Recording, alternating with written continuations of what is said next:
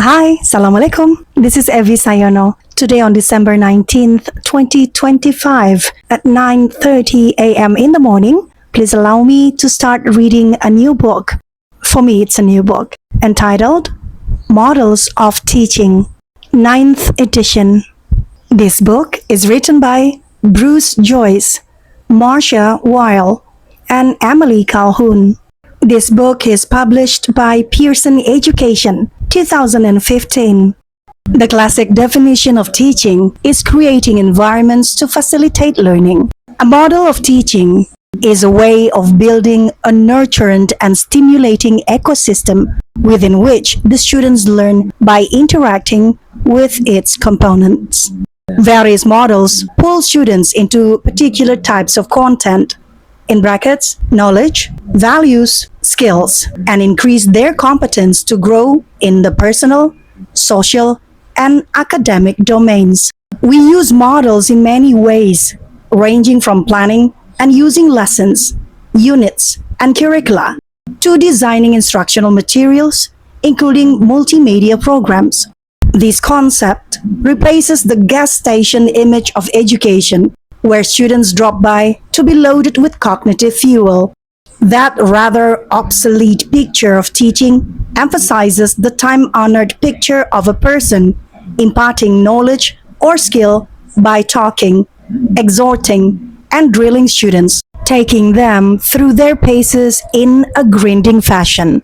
Happily, there are models for designing and delivering good lectures, motivating students, and carrying out effective training. There are times when we need to use the traditional delivery of transmission modes. But when we do, we should use the best models available for designing learning experiences, and always be aware of the purposes that any approach can and cannot fulfill.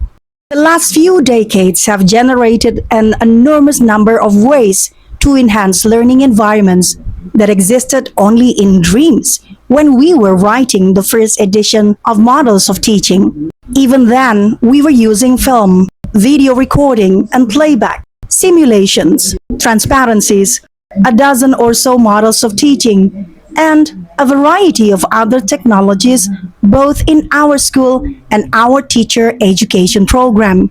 Those media are still important, but some are still underused in schools and universities.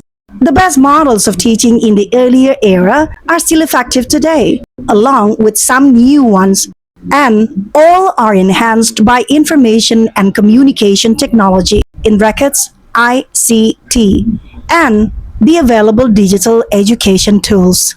Our personal and professional heritage. We have been fortunate enough to study with many contemporary educators who have developed and tested a variety of approaches to education and have developed the literature from the 1960s to the present. You will meet some of these shortly. We visit schools and classrooms and study current research on teaching and learning. We also study teaching in setting other than K-12 schools, such as therapies and training in industrial, military, and athletic settings. Page 6. We have found models of teaching in abundance. Some have broad applications, whereas others are designed for specific purposes. They range from simple, direct procedures that yield immediate results to complex strategies that students acquire gradually from patient and skillful instruction. For models of teaching, we selected models that constitute a basic repertoire for schooling. With these models, we can accomplish most of the common goals of schools and at a high standard. In any school, students can achieve many goals that only outstanding students in outstanding schools once aspired to achieve. Using models in combination, we can design schools, curricula, units, and lessons. The selection includes many, but not all, of the major philosophical and psychological orientations toward teaching and learning. All have a solid theoretical basis, that is, their creators provide us with a rationale that explains why we expect them to achieve the goals for which they were designed. The selected models also have histories of extensive practice behind them. They have been refined through experience so that they can be used comfortably and efficiently in classrooms and other educational settings. Furthermore, they are adaptable to the learning styles of students and to the requirements of many curriculum areas.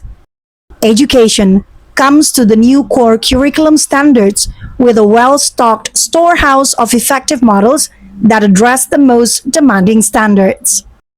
In addition to being validated by experience, all are backed by formal research and disciplined action research that tests their theories and their abilities to yield positive effects.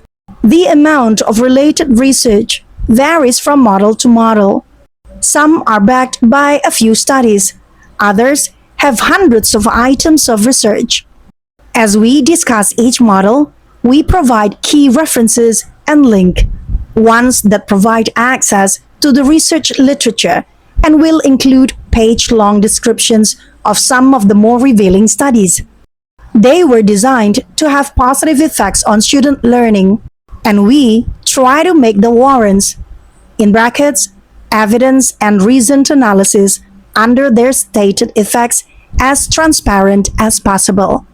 That will be the end of my reading today. Thank you so much for listening. I'm Evie Sayono. See you next time. Bye!